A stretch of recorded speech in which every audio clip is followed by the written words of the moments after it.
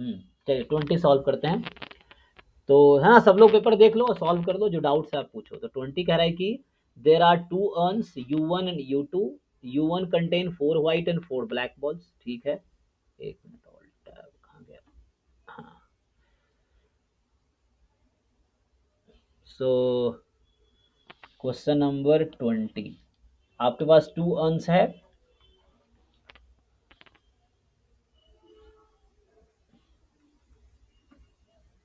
ठीक है। तो ये कह रहा है there are two urns, U1 contain 4 white 4 black. तो 4 व्हाइट 4 ब्लैक, U2 कंटेन, शुरू में एम्प्टी है, फिर 4 बॉल आपने ड्रॉ किया, U1 से U2 में ट्रांसफर किया। तो यहाँ से 4 बॉल ट्रांसफर हो रहा है, ये फर्स्ट है, ये सेकेंड है, 4 बॉल वहाँ ट्रांसफर हो रहा है, फिर एक यहाँ से आप ड्रॉ कर रहे हैं, 1 बॉल इज ड्रॉन। ठीक है, ये वाला केस होगा। फिर एक बॉल ड्रॉ किया, प्रोबेबिलिटी क्या है कि ball drawn U2 is white.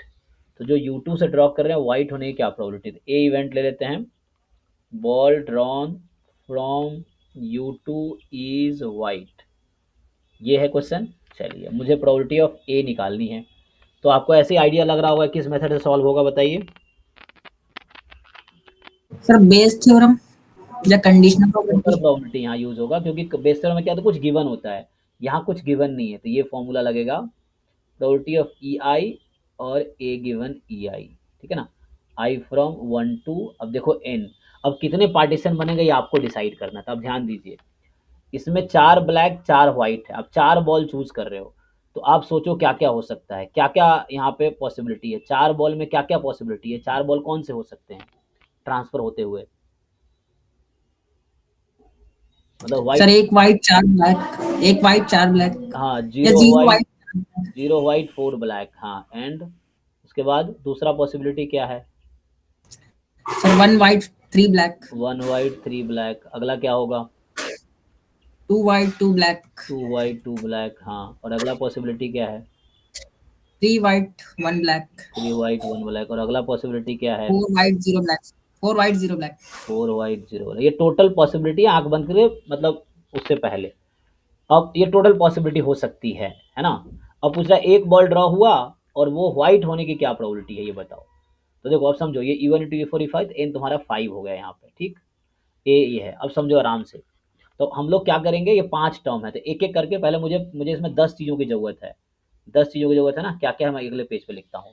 तो मुझे ज़रूरत है प्रोबेबिलिटी ऑफ E1 की, प्रोबेबिलिटी ऑफ E2 की, प्रोबेबिलिटी ऑफ E3 की, प्रोबेबिलिटी ऑफ E4 की, और प्रोबेबिलिटी ऑफ E5 की। ये 5 चीज़ चाहिए। इसके बाद 5 चीज़ चाहिए probability of A given E1 की, probability of A given E2 की ज़रूरत है, probability of A given E3 की ज़रूरत है, probability of A given E4 की ज़रूरत है, and probability of A given E5 की ज़रूरत है। इन चीज़ों की हमें ज़रूरत है, 5 ये और 5 ये, 10 चीज़ों की हमें ज़रूरत है। ठीक है, तो ओपन करेंगे ना, तो आई को एक बार 1, एक बार 2, एक बार 3, एक बार 4, एक बार 5 ऐसे पुट करेंगे तो हो जाएगा। चलिए अब ध्यान से देखिए, आप E1 की प्रोबेबिलिटी बताइए मुझे, कि आप यहाँ से 4 बॉल ड्रॉ कर रहे हैं, इधर भेज रहे हैं, वो 0 व्हाइट और 4 ब्लैक होने की क्या प्रोबेबिलिटी है।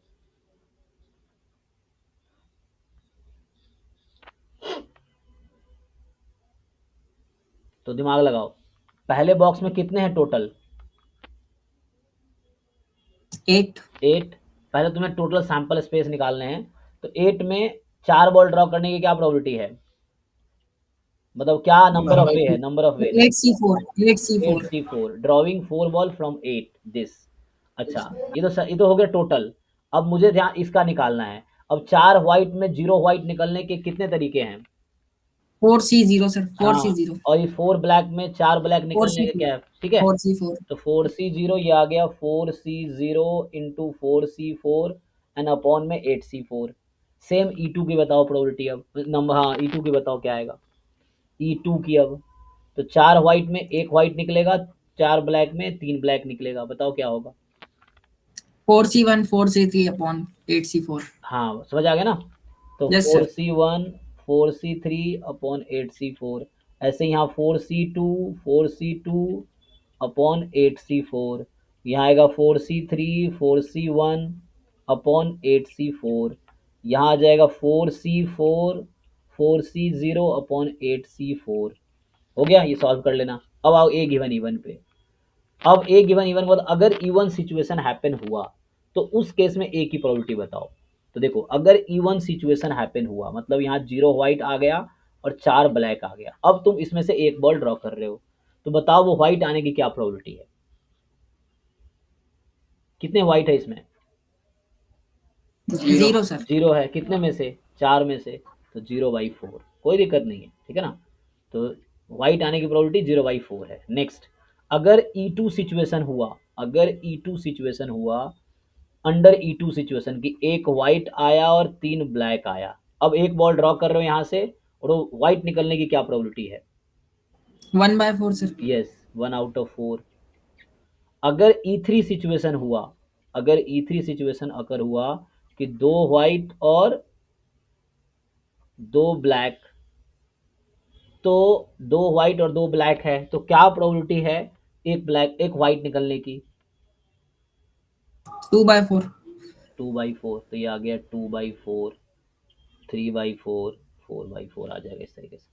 सारा आ गया ना सब कुछ? पुट कर लोगे इसमें?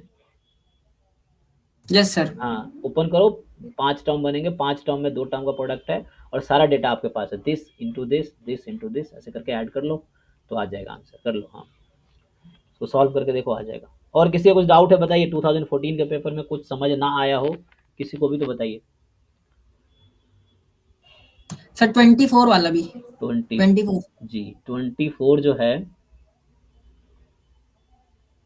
हाँ, लास्ट क्लास का वीडियो आपने नहीं देखा, आप उसको वीडियो देखो जाके, ठीक है, सॉल्व किया लास्ट क्लास में। ठीक है सर। Okay sir. क्योंकि लास्ट क्लास में हमने 35 तक ऑलमोस्ट सारे डिस्कस किए हैं और इसको तो प्रॉपर डिटेल में सॉल्व भी किया है ना। लेकिन फिर भी बता देता हूँ, देखो समझ आना चाहिए तुम। अच्छा, हालांकि पिछले क्लास में थे नहीं तुम शायद, इसीलिए। तो देखो ध्यान से, limit n tends to infinity लगाओगे तो क्या आंसर आएगा? Tn क्या है यहाँ पे? जो Tn है वो 1/n, फिर 1/√1 प्लस 1/√2 अप टू 1/√n। एक तो पहले तुम खुद से सॉल्व करने की खूब कोशिश करो, है ना, ताकि दिमाग लगाओ। तो देखो ये कुछ ऐसा है, मान लो मैं अगर अभी एग्जांपल के लिए ऐसा ले लूँ कि सपोज an इज 1/√n, ठीक। तो इसको मैं लिख सकता हूँ a1 से लेके an तक अपॉन n, ये चीज़ है। tn जो है ऐसा है ना, देख लो। तो होता क्या है, limit n tends to infinity a1 plus a2 up to an upon n, इसका आंसर क्या आता है? ये सब जानना पड़ेगा। इसका लिमिट वही आएगा जो an की लिमिट होगी। अब बताओ इस an की लिमिट क्या है? 0। 0। तो इसका मतलब है यही तो tn था तुम्हारा, देख लो ध्यान से, tn यही तो है। तो limit n tends to infinity tn की लिमिट 0 आ गई। बताओ सीक्वेंस tn कन्वर्जेंट है कि नहीं? Yes sir. तो इसका मतलब है tn सीक्वेंस तो कन्वर्जेंट है, इज कन्वर्जेंट। तो देखो यहाँ से tn सीक्वेंस तो कन्वर्ज हो गया। तो राइट जो दूसरा ऑप्शन है सीक्वेंस, मतलब हर ऑप्शन का दूसरा स्टेटमेंट जो है कि sequence converges does not converge converge, तो देखो इसमें हो गया कि बी डी ऑप्शन तो आउट हो गया, तो ए या सी ट्रू होगा, ठीक। अब उसके लिए तुम्हें डिसाइड करना पड़ेगा समेसन tn कन्वर्ज करेगी कि नहीं। तो अब मुझे उसके लिए क्या डिसाइड करना है ना, कि समेसन tn कन्वर्ज करेगी। अब मेरे पास दूसरा चैलेंज है समेसन tn वाला, ये सीरीज का है ना, n फ्रॉम 1 टू इन्फिनिटी, ये tn। अच्छा, tn एक्चुअली था क्या? tn अलग से लिख रहा हूँ, tn यही था ना, tn था एक्चुअली 1/n समेसन 1/रूट अंडर मान लो k और k फ्रॉम 1 टू n, ये था एक्चुअली, ठीक है। तो अगर मैं ऐसे बात करूं, मान लो एक नया सीक्वेंस में bn लेता हूं जस्ट 1/n, तो bn upon tn limit n tends to infinity, ये कितनी आएगी?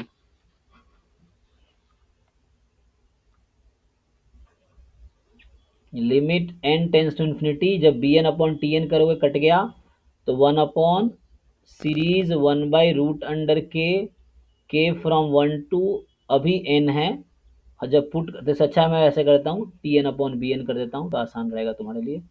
तो मैं tn अपॉन bn कर देता हूँ, तो ये बचेगा समेसन 1/रूट के फ्रॉम 1 टू n, और n टेंस टू इन्फिनिटी है तो एट द एंड ये ऐसा बन जाएगा 1/√k k from 1 to infinity. अब बताओ ये सीरीज कन्वर्ज करेगी डाइवर्ज करेगी? कर जाएगी, पी टेस्ट है। आप पी टेस्ट से डाइवर्ज डाइवर्ज का मतलब सम इन्फिनिटी हो जाएगा। अब तुम जाके लिमिट कंपैरिजन टेस्ट देखो, जब T N upon B N की लिमिट इन्फिनिटी आ जाए और बी एन का सीरीज जो है, सीरीज बी एन, ये जो बी एन की सीरीज है इसकी सीरीज ये डाइवर्जेंट हो जाए, ठीक है ना। एक तो limit T N upon B N या A N upon B N की लिमिट इन्फिनिटी आ जाए और बी एन डाइवर्जेंट हो, तो ये कहता है थ्योरम कि समेसन टी एन भी डाइवर्जेंट होगा, तो उससे आ जाएगा। क्या नाम है इसका? Limit comparison test. ठीक है, मैं एक बार से याद दिलाता हूँ limit comparison test. Limit comparison test इसका ये थ्योरम है कि limit A N upon B N अगर तुम्हारा पॉजिटिव हुआ, मान लो एल बोल देता हूँ इसको, देखो अभी ध्यान से। एल क्या है? सीक्वेंस ए एन अपॉन बी एन की लिमिट है एन टेंस टू इन्फिनिटी पे। तो ये पहला स्टेटमेंट है कि एल अगर पॉजिटिव नंबर है तो then summation A N and summation B N converges diverges together, ये ऐसा कहता है। Then summation an converges if and only if summation bn converges। दूसरा केस है इसका कि l अगर तुम्हारा 0 आ जाए तो उस केस में summation B N converges implies, देखो इफ एंड ओनली इफ नहीं है, ये वन वे है, समेसन ए एन कन्वर्जेस। और तीसरा केस है कि l जब तुम्हारा इन्फिनिटी आ जाए तो summation B N diverges implies summation an diverges। तो ये इसके ये लिमिट कंपैरिजन टेस्ट का स्टेटमेंट है, ठीक है। तो ये क्या है? Limit comparison test of series. Series के बहुत सारे टेस्ट है ना, comparison test, limit comparison test, है ना, integral test, Raabe's test. Raabe's test syllabus में नहीं है आपके हालांकि, लेकिन एक दो क्वेश्चन वैसे है ना हायर लेवल का मिल जाएगा आपको। तो ये सब था, रूट टेस्ट, रेशियो टेस्ट, तो ये सब आपको देखना पड़ेगा क्वेश्चन प्रैक्टिस। तो मैंने अभी ये वाला स्टेटमेंट यूज किया, थर्ड वाला। तो इससे आ गया कि समेसन टी एन डाइवर्जेंट है। तो समेसन टी एन डाइवर्जेंट है और टी एन 0 पे जा रही है, सी ऑप्शन ट्रू है, ठीक है।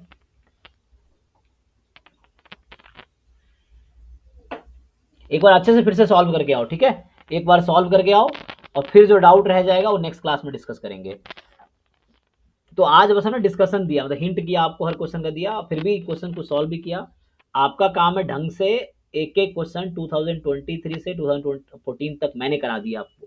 आप खुद से भी इसको 2-3 बार सॉल्व करके देख लो कि आप सच में कर पा रहे हो नहीं कर पा रहे। देखो 2-3 बार करने के बाद आपका कॉन्फिडेंस बहुत बढ़ जाएगा कि आपको लगेगा कि हाँ आपको अब पीवाईक्यू समझ आ गए हैं और आपको कॉन्सेप्ट भी आ गया है। तो उस तरह क्वेश्चन जो भी मिलेगा आप यूं कर पाओगे आप, ठीक है। और बाकी है ना मॉक टेस्ट आप देते रहो, मॉक टेस्ट इतने सारे क्वेश्चन वहाँ पे भी नए नए आ रहे हैं, है ना। तो अभी जैसे आई थिंक 70 टेस्ट तक हो ही गया अपलोड, है ना, और टोटल अराउंड हाँ 70 टेस्ट हो गए होंगे। तो उसको आप अटेम्प्ट कीजिए एक एक करके। डिस्कशन भी अभी होगा, पीवाईक्यू कंप्लीट करते हैं, उसके बाद रेगुलर डिस्कशन, उसके बाद मॉक टेस्ट का ही डेली डिस्कशन होगा। ठीक है, तो अभी यहीं स्टॉप करता हूँ और नेक्स्ट क्लास में मिलते हैं, ठीक है। चलो थैंक यू, गुड नाइट। बाकी डाउट नेक्स्ट क्लास में करेंगे।